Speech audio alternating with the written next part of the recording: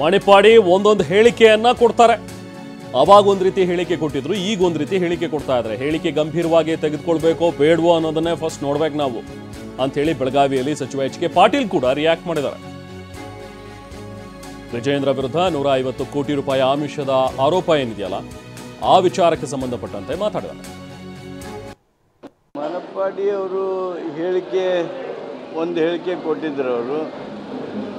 ಅವರ ನಾಯಕರೇ, ನಮ್ಮ ನಾಯಕರುಗಳೇ ಯಾರ್ದೋ ಪ್ರಭಾವಕ್ಕೆ ಒಳಗಾಗಿ ಏನೋ ಮಾಡಿದ್ದಾರೆ, ನಾನು ಪ್ರಧಾನಮಂತ್ರಿಗೆ ಪತ್ರ ಬರೆದಿನಿ ಅದೆಲ್ಲ ಹೇಳಿದರು. ಅದನ್ನು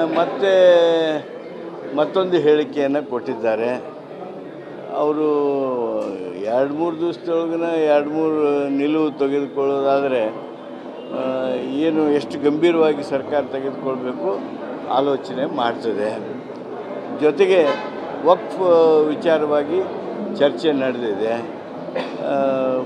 ಸಾಕಷ್ಟು ಚಿಂತನೆ ಆಗಿದೆ. ಆ ಹಿನ್ನೆಲೆಯೊಳಗೆ ಯಾವುದೇ ರೀತಿಯಾಗಿರ್ತಕ್ಕಂಥ ಸ್ಪಷ್ಟತೆ ಏನು ಕೊಡಬೇಕು ಸರ್ಕಾರ ಕೊಡ್ತದೆ.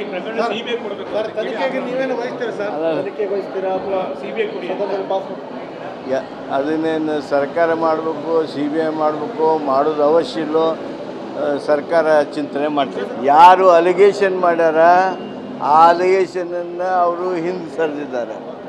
ಅವತ್ತೊಂದು ಹೇಳಿದ್ರು, ಇವತ್ತೊಂದು ಹೇಳ್ತಾರೆ. ಅದಕ್ಕೆ ಎಷ್ಟು ಗಂಭೀರವಾಗಿ ತೆಗೆದುಕೊಳ್ಬೇಕು ಅನ್ನೋದನ್ನು ಸಹಿತ ಸರ್ಕಾರ ವಿಚಾರ ಮಾಡ್ತಾರೆ.